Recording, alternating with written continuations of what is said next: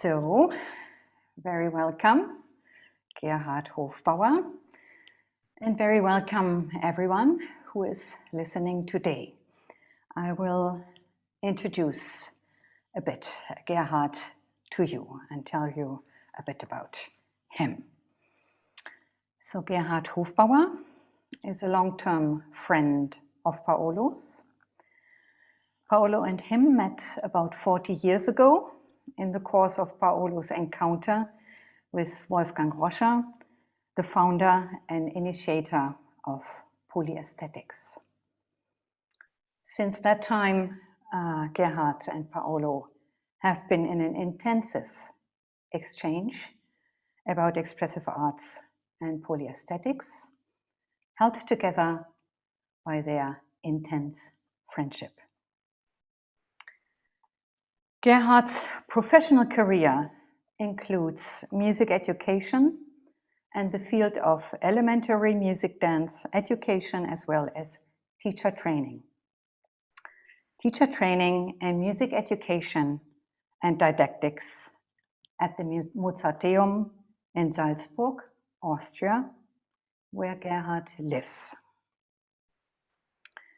In addition to his professional path, Gerhard has been a long time involved in the field of polyaesthetics. After the death of the founder, Wolfgang Roscher, Gerhard became the president of the International Society for Polyaesthetic Education, and he currently holds this position. This society experiences in the moment a vital interest, and is it more and more seen as a means to provide sensibility to the challenges of our times. Gerhard as well is member of the Board of Trustees of the EGS and member of the Council of the EGS. So welcome, Gerhard.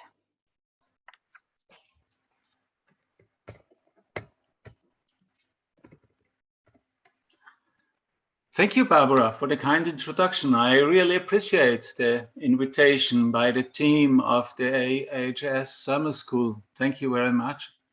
I send warm greetings from Salzburg, and I can just share a picture of our home here.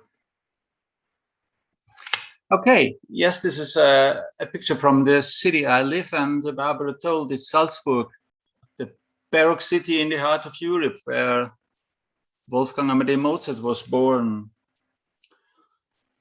And if you could look through the big hill with a castle on top, you would watch me sitting in this center of polyaesthetics. And I'm looking to the castle from the other side. You have seen before. And I will make some remarks in advance. And then I want to define the issue of my lecture and plunge or submerge with you into the details of polyaesthetics for about 45 minutes, including 2 examples, about which we may enter into a conversation as well. If we imagine for a moment the different settings each of you, including me, is living, we may feel the diversity of living atmospheres.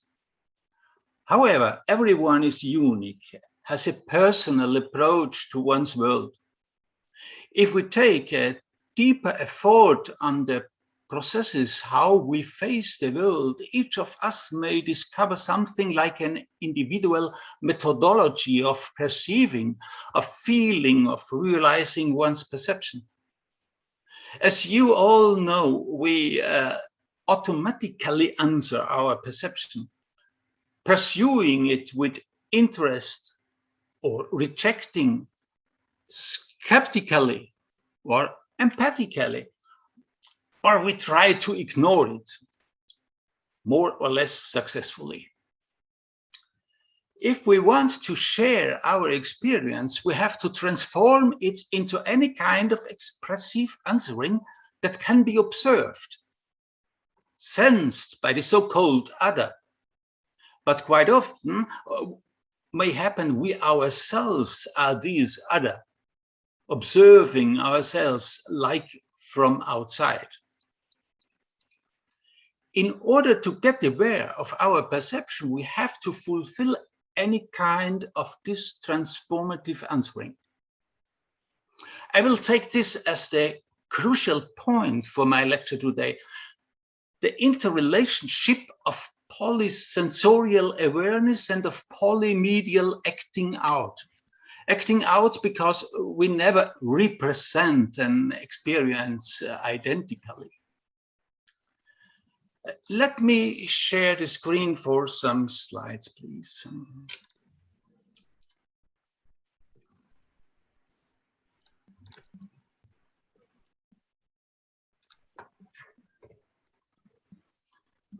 What does polyaesthetics mean? Polyaesthetic has two parts of the word. Poly is multiple. Aesthetics has the meaning of aesthetic experience and expression as a whole. I suppose we are ready for the entrance into the lecture, which I title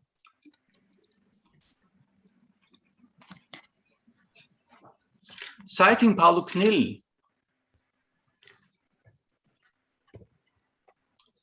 who said the theory of polyaesthetics is a fundamental basis of expressive arts.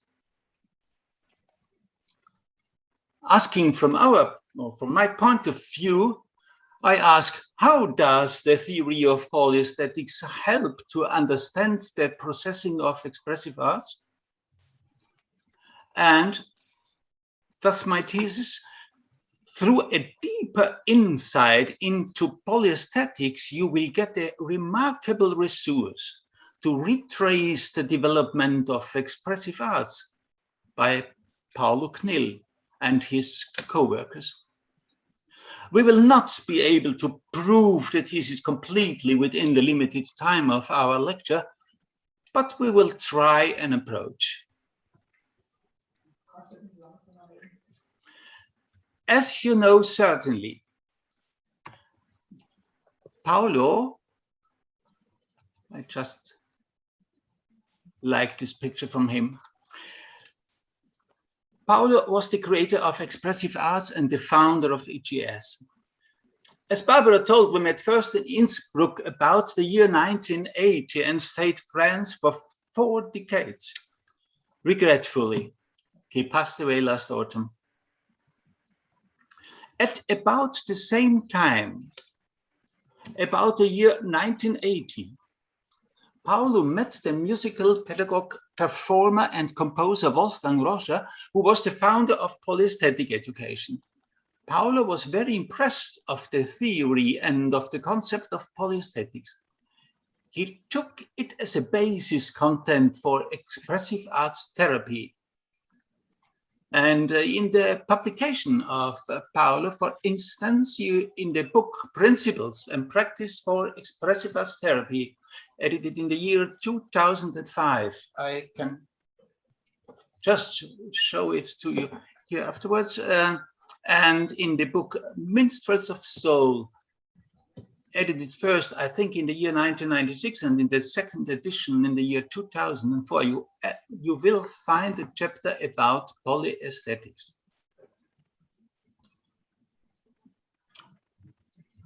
Let's switch back to the meeting room, because I want to share with you some other remarks. Okay, excuse me. What are the main aspects of polyaesthetics? And which are the human dimensions it refers to? To give you these answers is the main interest of this lecture. In order to get a better feeling of the intention that led to the development of polyaesthetics, I want to give you a short insight to the biography of Wolfgang Roscher. He was born in the year 1927 and grew up in a musically ambitious family in Bohemia, which today is a part of the Czech Republic in Eastern Europe. Due to the political troubles of the Second World War, he and his family had to leave the country. They immigrated to Germany under most difficult circumstances.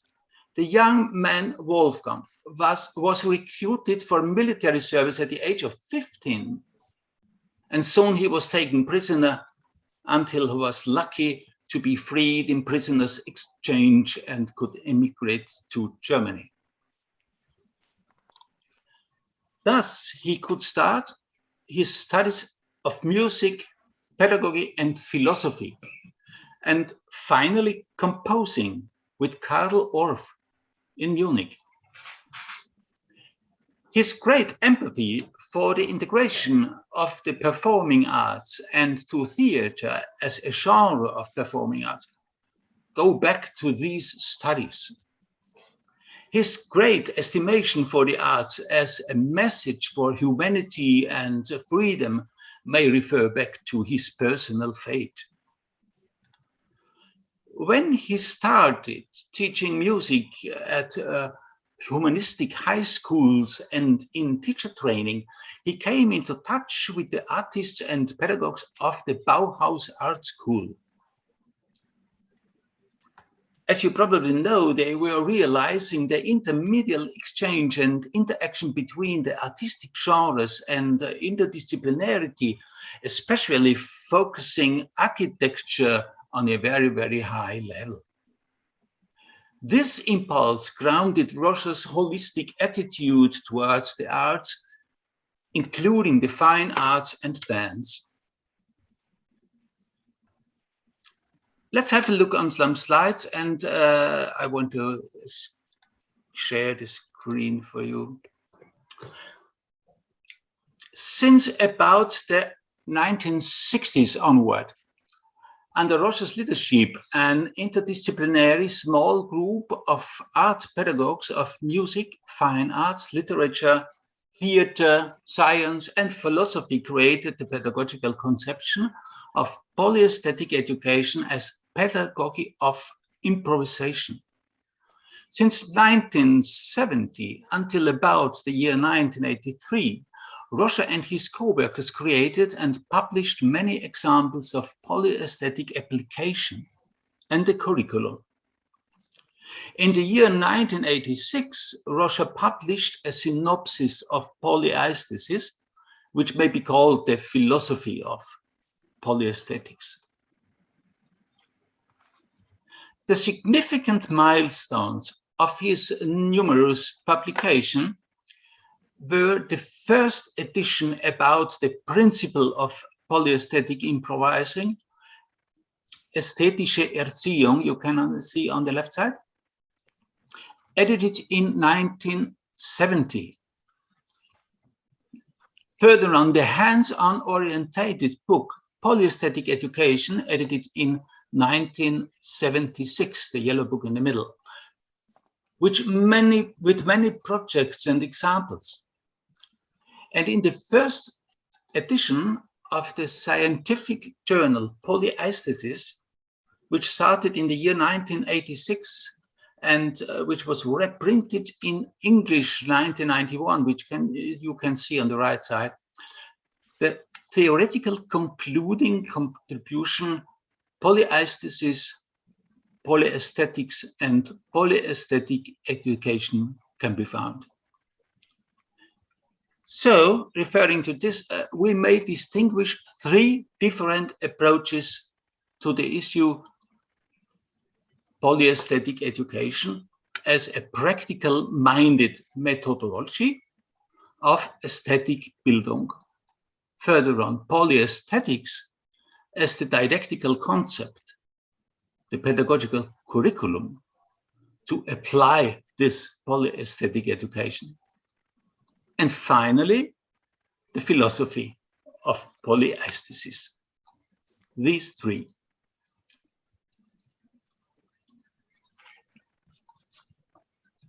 Wolfgang Roscher designed the philosophy of polyaesthesis as this synopsis. It is too much to be discussed completely now, because it is a high knotted net. The exploration of its numerous relations as its grounding in the philosophy of Aristotle is highly enlightening. I would be pleased to present it in detail if we had at last one more lecture. I will remain with the central term of polyaesthesis, which was translated by Roscher into German as Mehrwahrnehmung, a surplus. Polyaesthesis is not just multiple perceiving. It is the comprehensive sensorial experience, reflectively deepened by the question of its significance and relevance for the life of the individual.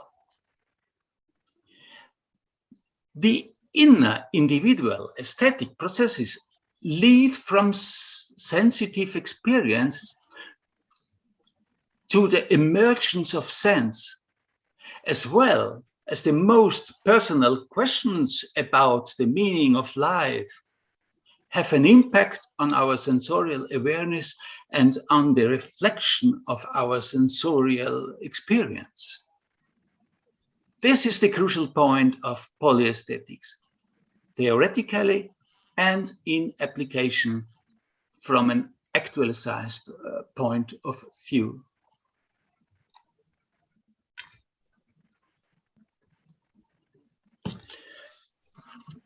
At this point, we meet a very interesting turn.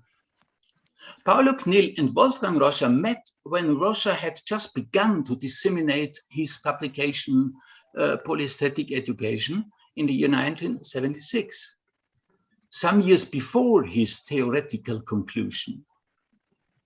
Though the impression of polyaesthetic education to Paolo Knill was so profound that he could overtake all essential details of polyaesthetics as a basic resource for expressive arts therapy. Now I think it is urgent to introduce you to the dimensions and the aspects of polyaesthetics. I think it's working now, okay? You can see the graphics of the dimension on the left side and the aspects on the right side. Polyaesthetic education contains the human dimension of space, time, society, science, and arts. As the graphic poster shows, each dimension is represented by a special aspect.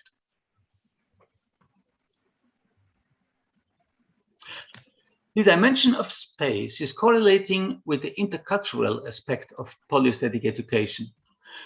I think this may concern everybody who is following this lecture. Different cultural spaces of perception provoke different aesthetic experiences and lead into a polycultural perception and awareness, which enables an intercultural exchange of experiences. In polyaesthetics, we call it intercultural polyaesthesis. You remember we defined polyaesthesis just before as the comprehensive sensorial experience reflectively deepened by the question of its significance and relevance for the life of the individual.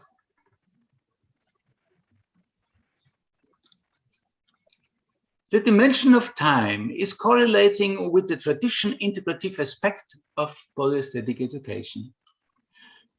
Looking back to former epochs of art, for instance, we easily can distinguish between a romantic and an expressionistic approach, but we will realize the artists were moved by the same or very similar existential questions and problems. If we integrate the differing historic approaches, we will get a tradition integrating awareness of the issues which are even concerning us today. We call it tradition integrating polyaesthesis. Let me get back to the camera because I want to show an example now.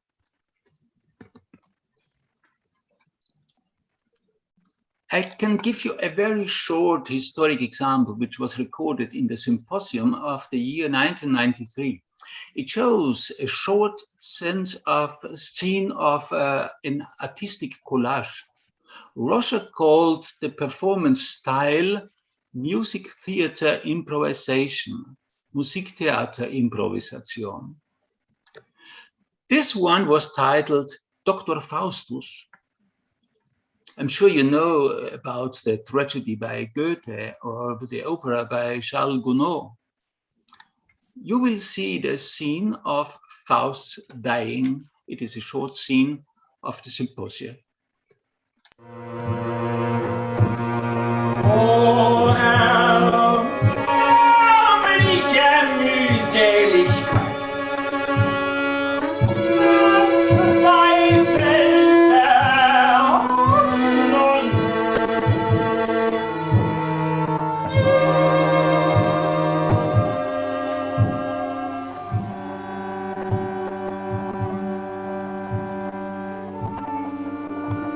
Überleid. Jammer über Jammer. Ach, und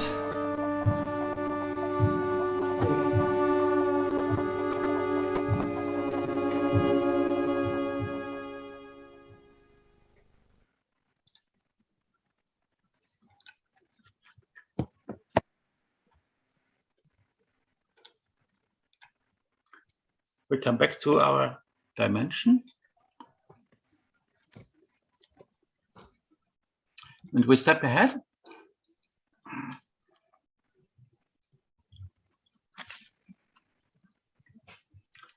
Aesthetic awareness is not only shaped individually.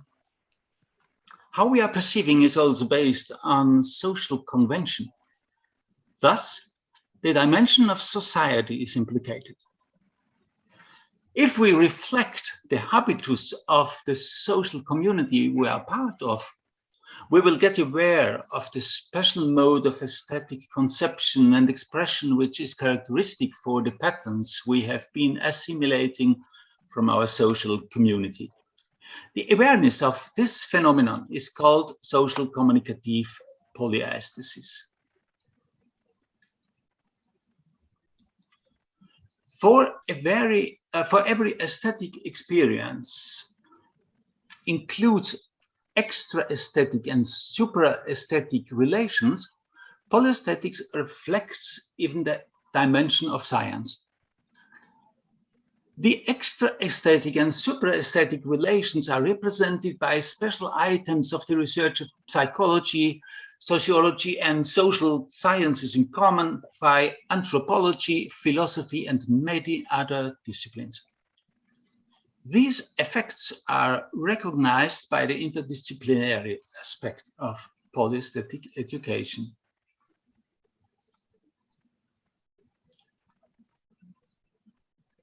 Last but not least, the dimension of art is focused. The dimension of arts is like a playground for multimodal aesthetic and aesthetic expression and experience.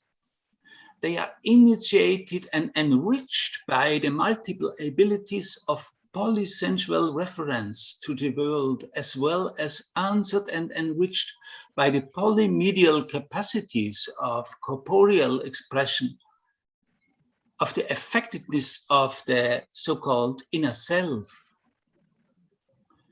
It was called multimedial polyaesthesis by Wolfgang Rosa.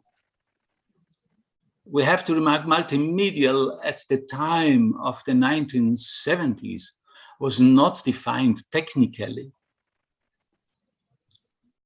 Nowadays, perhaps we could name it intermedial or polymedial. However, this aspect has a close relation to Paolo Knill's intermodality.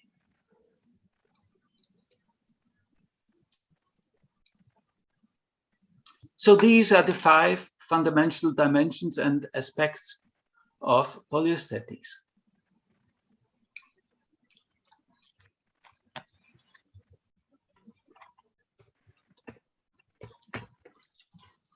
I want to go on with 2 examples. I want to introduce you to 2 similar examples which show how these aspects may be applied. First, I show a very short example of improvisation which I recorded as an outcome of one of my polyaesthetic seminars in Switzerland. If you think it is convenient, we can share your impressions afterwards. I think the best mode is you post it via the chat function, or you use a microphone to give your comments. The short movie I will show first shows 2 young people playing their instrument outside in a natural idyll. Please have a look and share your comment. I'm very curious to get to know some of your impressions, what you are feeling, sensing, while you are following, watching, listening this short movie scene. I just started.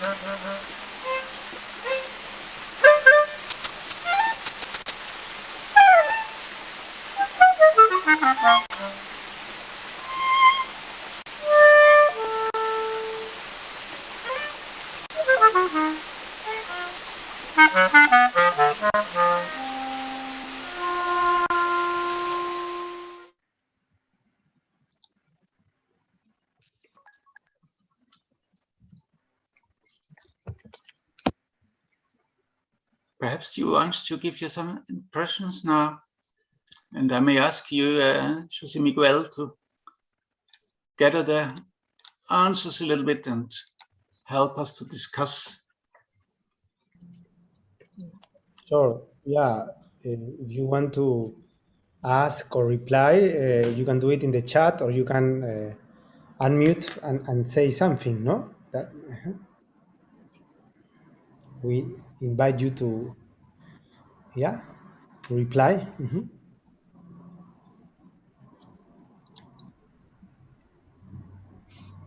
Yeah, I like the encounter between the musicians and the water that sounds in between the musicians. I like the 3 elements. Yeah. And also I like the dialogue between the instruments and the sounds of the musical instruments, and also the sounds of the nature in dialogue. I was surprised that towards the end, the violin almost disappeared in terms of sound. and yet they kept approaching each other.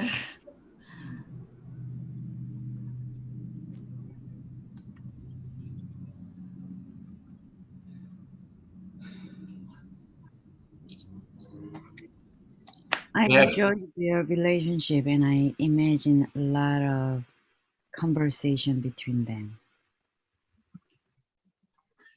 Please, can you tell it again, say it again?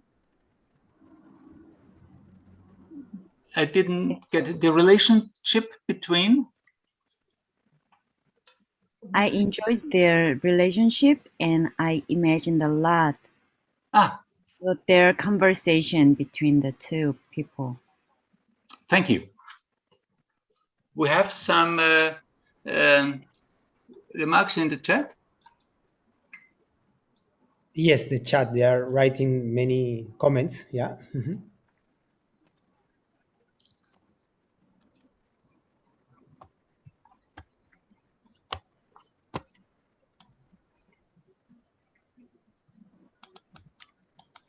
I may pick out some words. They are mentioned, I think, in many times of their answers. It's the aspect of play, I remark. It's playful.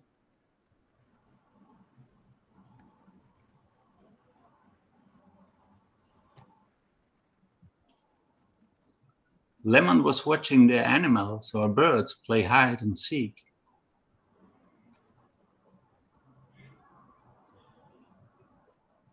So we see we have a different appreciation of the environment. Some of us focus the players, and others listen to the water. Or that may be important for another example I will show afterwards. But it stresses that we are conscious of something we call atmosphere.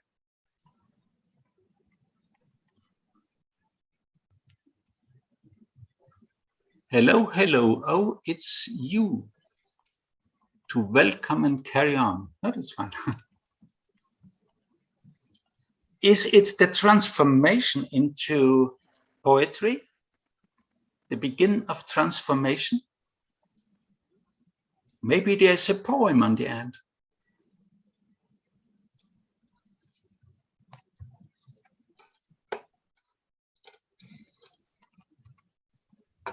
Shall we go on at this stage? Yes.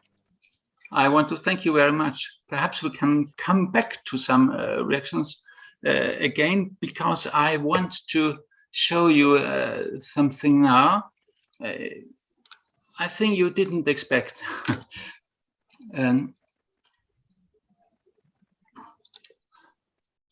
I want to introduce you what had been the polyaesthetic context and background for this acting players and the here invisible other people of the group. It had been excitingly more than fantasizing a melodic dialogue. Although we mainly might have got some of this impression just before, wasn't it? I can show you the text of the folk song the scene refers to.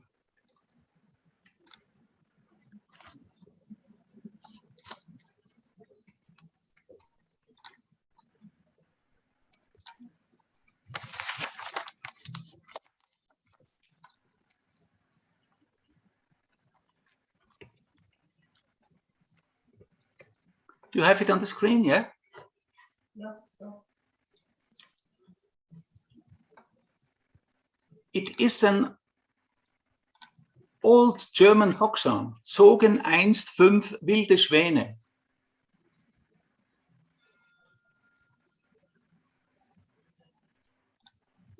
I have put it in a singable form according to the melody. I just want to interpret for you.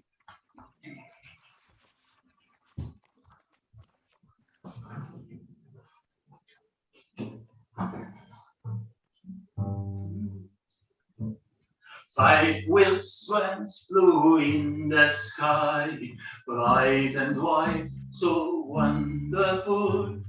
Sing, sing, what happens to them? No wonder one was seen again. Sing, sing, what happens to them? No one was seen again. Once there grew up 5 young birch trees, fresh and green and close to Brook's age. Sing, sing, what happens to them? None was in blossom, none flourishing. Sing, sing, what happens to them? Not one on blossom all the time.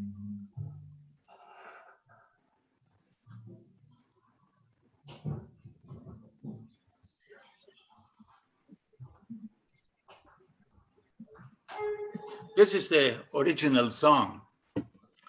And if you have read the words and listened, this song may be dated before the First World War. And it is a tragic metaphor of 5 young men who get lost on their military service. I think you remember what I told about Roche's fate, having been recruited for military service and having been imprisoned. And of 5 young women, this is the metaphor of the birch trees, and their hopeless loneliness. A historic image. But I'm convinced that comparable situations could easily be found in the present. We had sung the song with the group, approaching cautiously the narrative background, which is a tradition integrating process of polyaesthetics, and experiencing sensitively the transformation of the emotional character while we were singing the song again, which is a psychological, interdisciplinary process. Thus, the short film we have seen before shows the idea of 2 young people to deconstruct the traduced melody, to discover and extract musical questioning phrases which provoke a hope for an answer, for an echo, for an interaction. The musical play intends to open, to create options of an ideological turn of the tragic metaphor of the original song.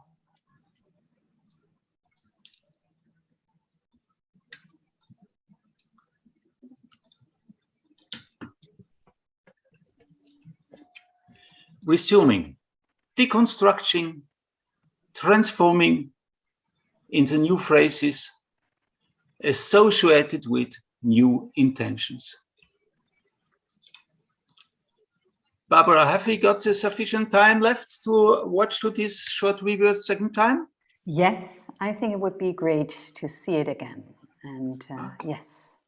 If you only want to listen, you may close your eyes for a moment, but however, I invite you again to share your comment, whether you feel any change now, how the scene is affecting.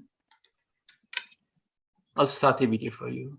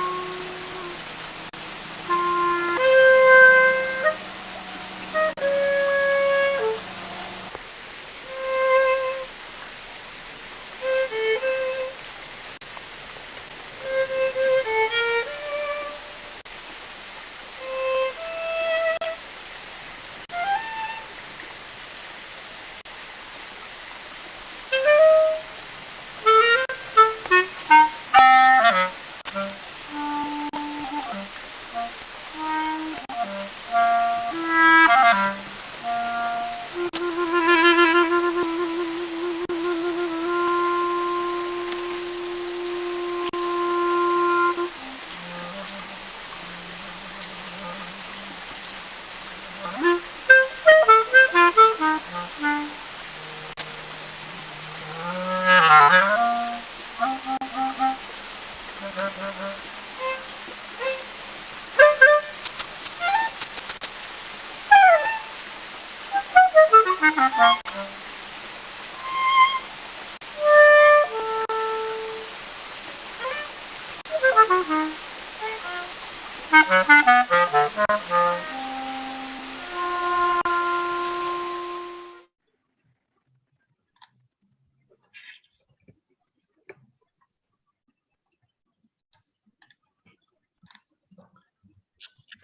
hope you could hear and listen.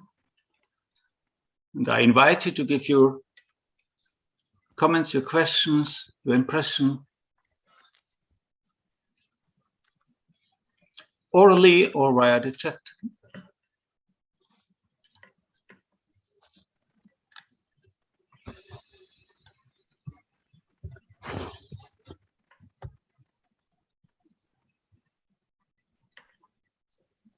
I think it's happening in the chat. There are some people writing in the chat. Yeah. Yeah. Yeah.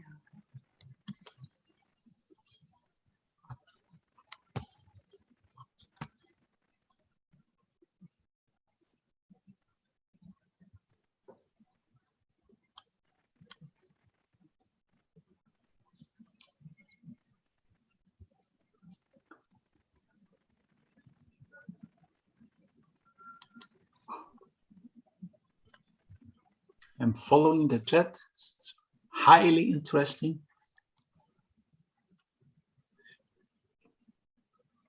I see the players were making music with the trees. That could be much interesting for my next example as well.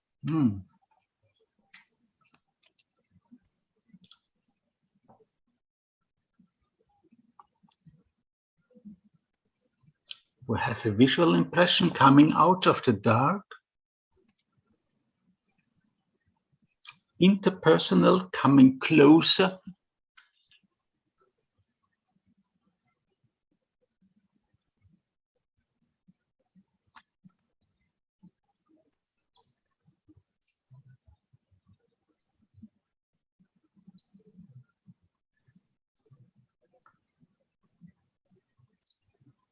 One part was here. There's a question, are you here?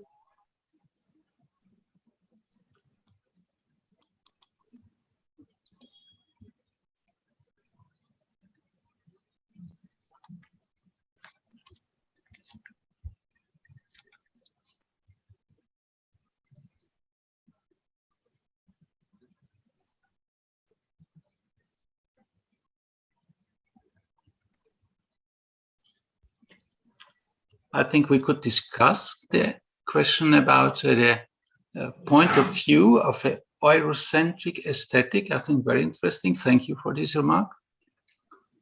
And of course, we can discuss how the dimensions are represented in this example.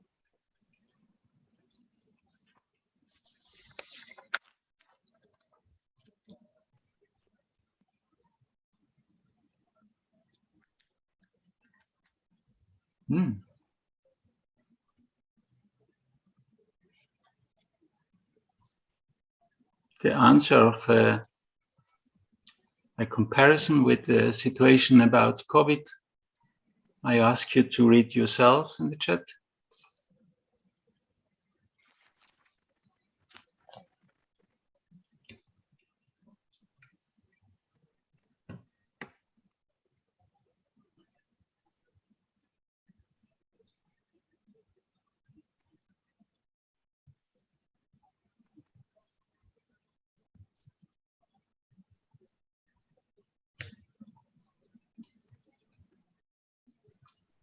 Frank had a change in the music when the two-person players met. Some kind of interaction. I think a lot of.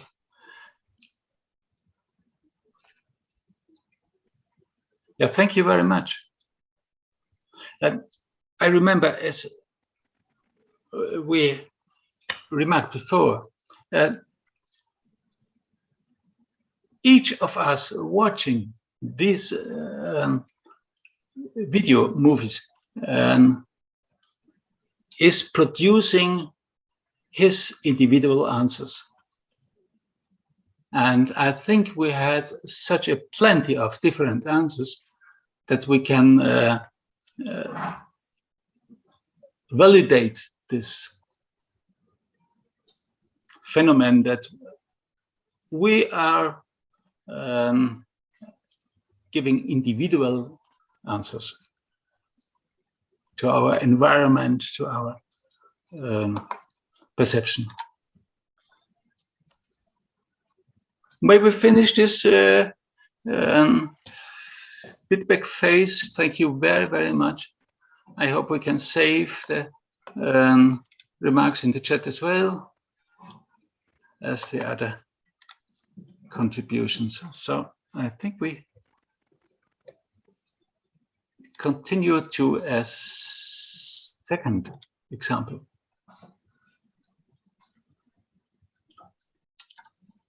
If we focus our attention on this second example, we could perhaps reflect the 5 aspects of polyaesthetics more detailed.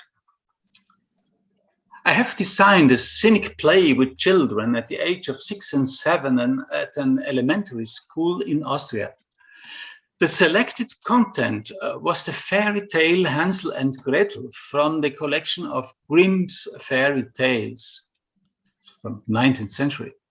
My personal approach to the idea of the project were children singing the fairy song Hansel and Gretel completely unaffected, although it has a really dramatic, horrifying text. They only had fun when singing, but they developed no relationship to the context. This was my starting point to this project. For those of you who don't know the plot, I can give a short insight.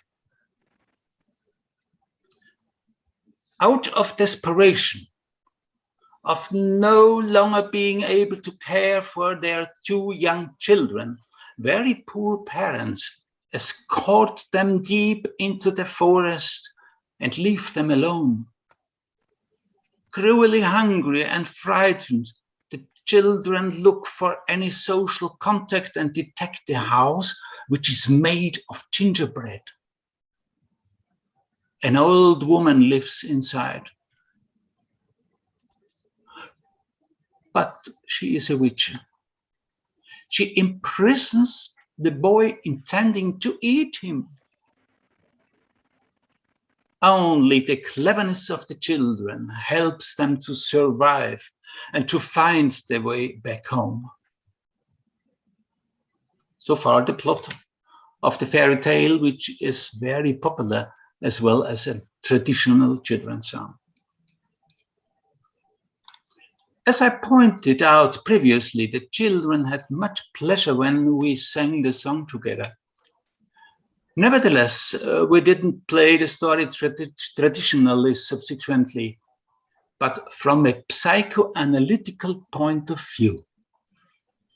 The characters were indicated only symbolically by a very small number of children. The other children of the group all took the role of observers. They personified the huge trees of the deep fairy tale forest, watching and commenting the proceeding of the tragic story with sounds and with gestures of their twigs. I may demonstrate by some images how this play was going on. The fairy tale was updated by a short storytelling using an artistic picture book by Stephanie Zwerger. You can see in the back of the picture.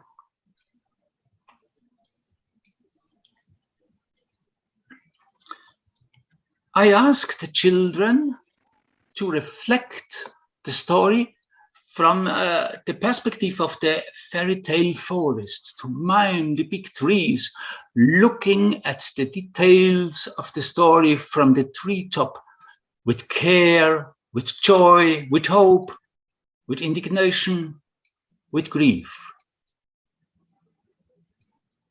Next position was to experiment with different instruments, testing the sounds for their emotional effect and putting them in some order, or from sad to cheerful and jolly sounding.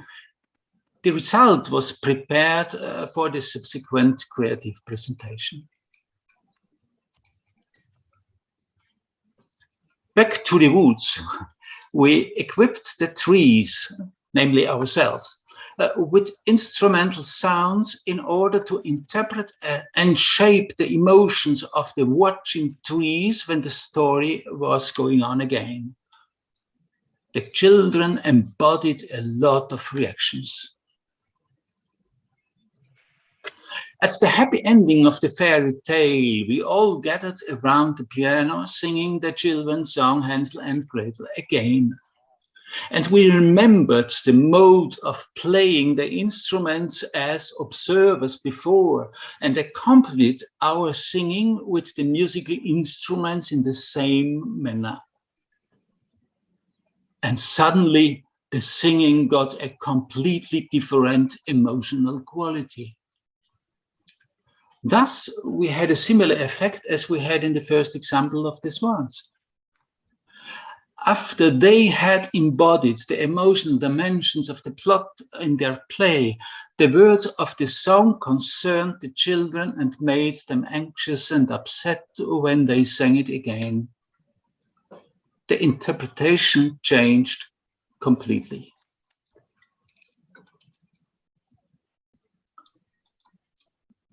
That's example 2. Later on, I presented the project at a Polyaesthetic Congress, which was titled The Lost Children, including an exposition of paintings about the Japanese hikikomori generation and a scenic musical improvisation about Peter Pan and the Lost Children. The topic of lost children can be transformed into the present easily.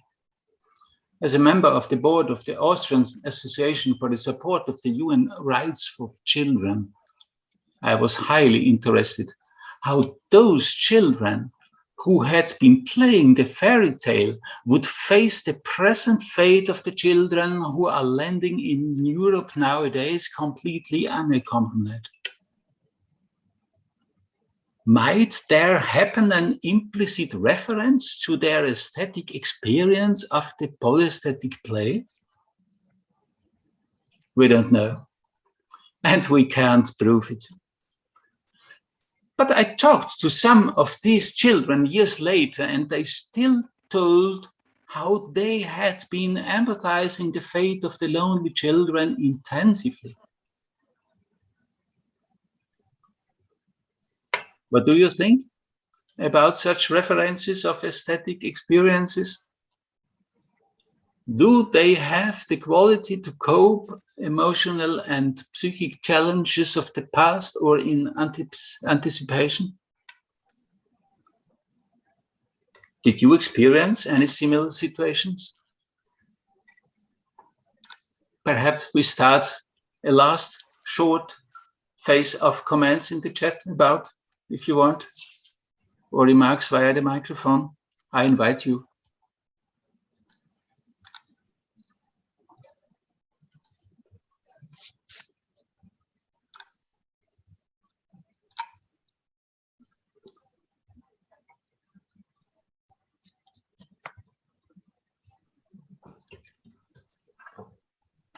Well, I sure think that through the experience, the children are sensitized and familiarized with a specific quality in the fairy tale that they shared and that they shaped together. And now with that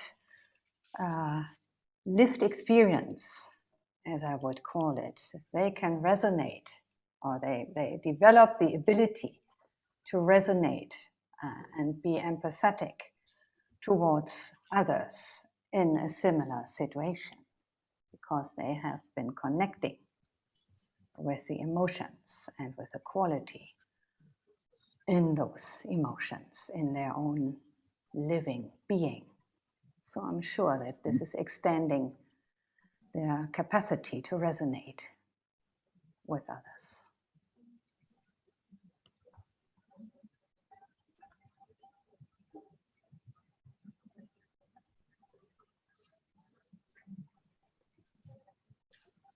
Is it like a bodily resonation? Yeah, I would say it's an embodied experience. Yes. Yes.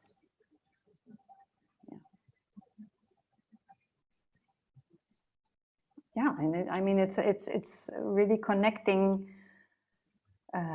several aspects. I think that also sound is, you know, the use of the instruments as reinforcer of an experience has an impact as well, because sound is immediately passing into the body and changing the state of being in the body right away without even thinking about it. So through that, through the context or connection of the sensory experience of like being the tree and singing the song and having the instruments, there is a kind of compound sensory aesthetic experience that is coming through the children, right? It's coming through them. Yeah. So yes, I think like that is that the lived experience is giving them a new spectrum into the future. Perhaps I may short remark to the aspects of polyaesthetic which was asked before. Of course, the story, the fairy tale, is a tradition integrating process.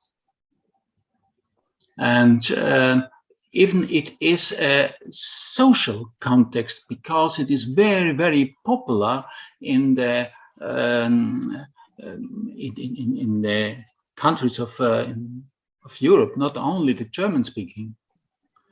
And every population has a different view to the ethos and to the morality of the story. And the psychoanalytic context, of course, is our interdisciplinary aspect. So we have we could talk more about, but all these aspects, it is not necessary that at the same time all 5 aspects have to be present at the same time. No. But every of these aspects, each of these aspects is attached from this example. And I appreciate you. First, somebody of you had mentioned the communication between the players and the trees. And I think this is an immersive process.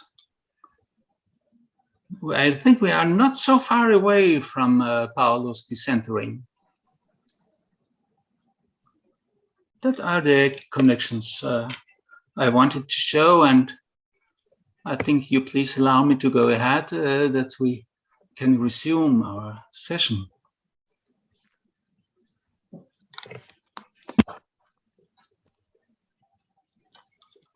I once more want to share the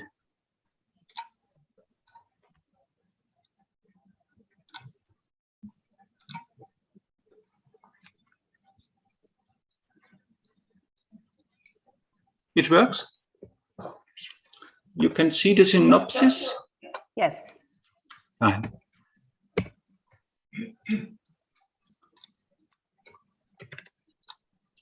I would like to resume shortly how the aspects of polyaesthetic affect the theory of expressive arts. Here I will finish by sketching a few relations to the philosophy of polyaesthesis and to the synopsis as I hinted before.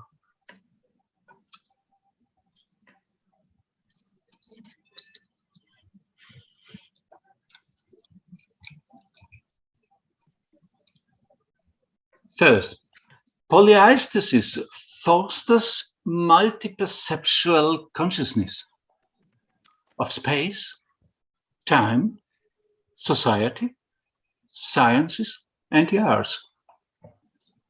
Under intercultural, tradition integrating, social, interdisciplinary, and in a broad sense, multimedial aspects. The interdisciplinary aspect itself is a rich base for the dialogue with expressive arts-based research, as it is figured out in volume 17 of Poiesis, of the journal Poiesis, as a qualitative research method, because polyaesthetics and expressive arts are respecting and promoting the phenomena of all arts and science disciplines integrated in the processes of perceiving and expression. Second, polyaesthesis is the synergetic fusion of aesthesis as the whole of perception and poiesis as the integrity of the molded world by the human. The balance of aesthetic experience and aesthetic production is an outstanding character of polyaesthetics, bridging aesthesis and poiesis. Thus, it is a bridge to the methodology of expressive arts, as it was based from the beginning of Expressive Arts Therapy by Paolo Knill. And last not least, polyaesthesis is the synergetic integration of the Aristotelian praxis and theoria as action and contemplation in a very native sense, and of mimesis and catharsis, more or less comparable with artistic immersion and imagination, and related to the phenomenon which Paolo Knill named the third.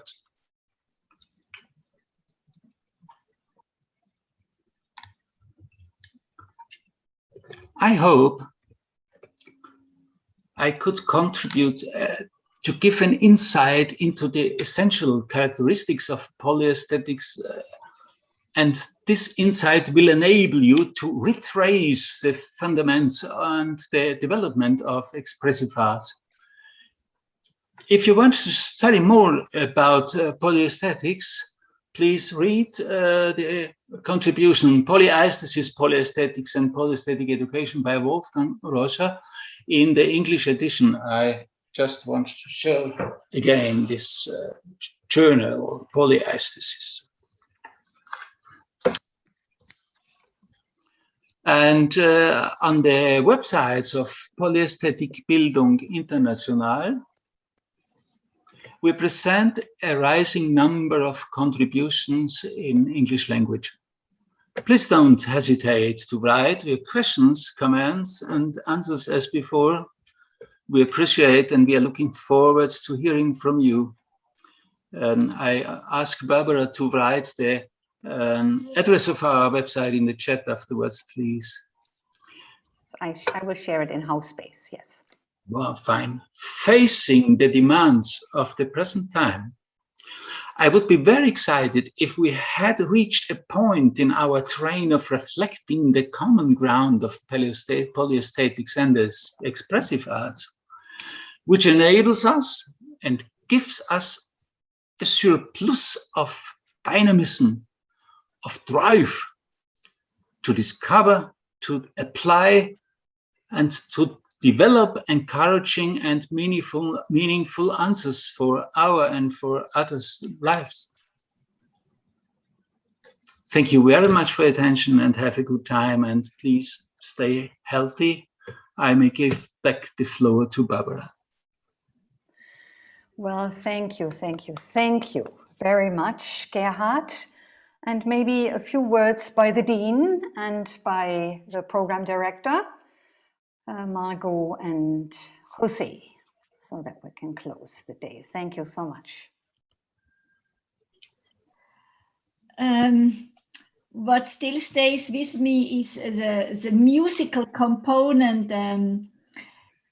When I go back to the fairy tale, and this music, you can change the mood. It goes directly.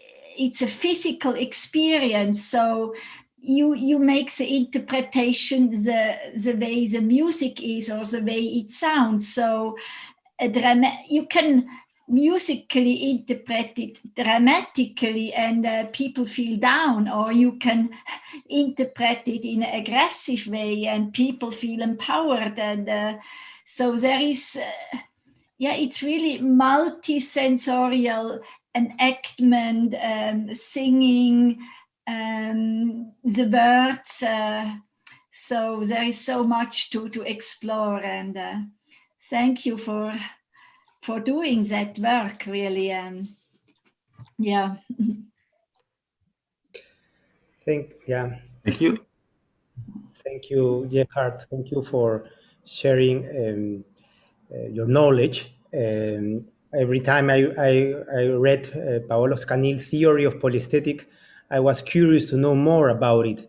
And since I all the time teach, and when I teach about polyaesthetics, students all the time ask more, and I didn't have enough information. So now I'm grateful for your lecture because I have more information and I find it fascinating, and I'm motivated to go deeper into what you have opened it up here. Thank you very much.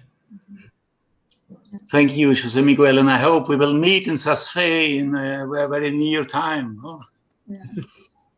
Hopefully. Thank you. All right. Thank you all for participating and for listening. To be continued, right? Our discussion. Now we are triggered towards polyaesthetics and we go deeper into it, I'm sure. So thank you so much. Thank you, Gerhard.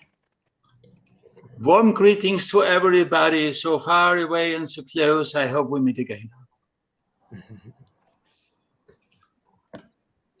Thank you. Thank you. Thank you. Thank you. Thank you very much. Thank you. Thank you. Thank you.